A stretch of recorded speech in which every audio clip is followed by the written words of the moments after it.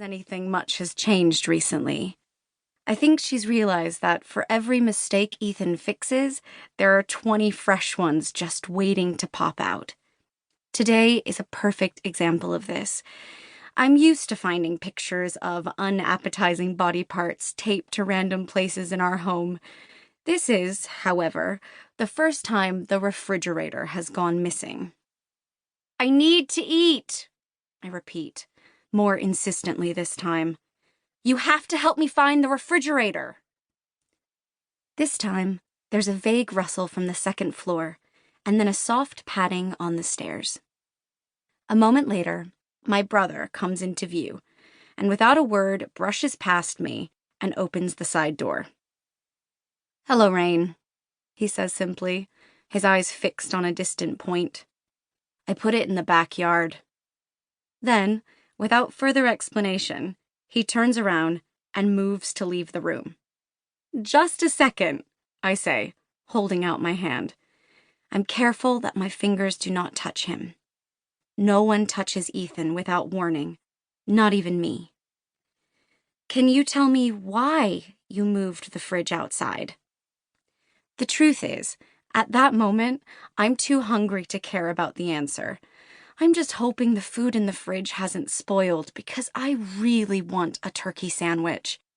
It's been an exciting day, and I need a healthy dose of tryptophan to de-stress. But this is a teaching opportunity, according to my mother, and from force of habit, I need to get an explanation for this millionth bit of strangeness from my twin brother. "It was making noise," he states, his eyes still fixed on some point far behind me. "The sound was bothering me." "Ethan," I say. I still call him by the name I used when we were toddlers together. I've long outgrown that speech impediment, but he never outgrew his sister's baby voice. I can never call him by his real name. "Ethan," I say again, louder, hoping he will take the cue and look at me. It works this time. He starts suddenly, as if remembering an old lesson, and abruptly raises his eyes. "Thank you."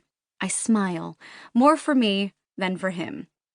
"Why didn't you just unplug the fridge? Why drag it to the yard?" I don't bother asking why the noise bothered him so much that he felt the need to throw the refrigerator out of the house. That is Ethan's #1 rule. He gets overstimulated by loud noises, crowds, and strong smells. But asking why those things bother him would be like asking someone why the sound of nails on a chalkboard or a baby shrieking is disconcerting.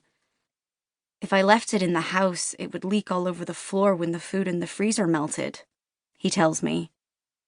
Oh, it's hard to argue with that logic. "And the guts hologram?" He shrugs.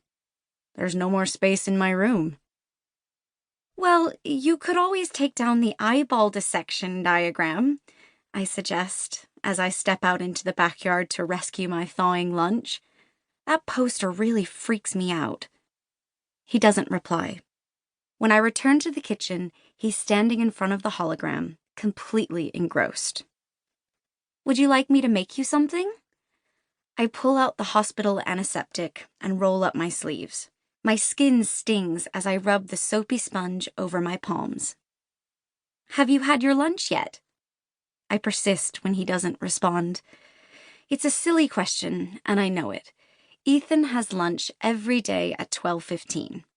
I prepare it for him and leave it on the counter before I go to school. He has dinner at 6:15.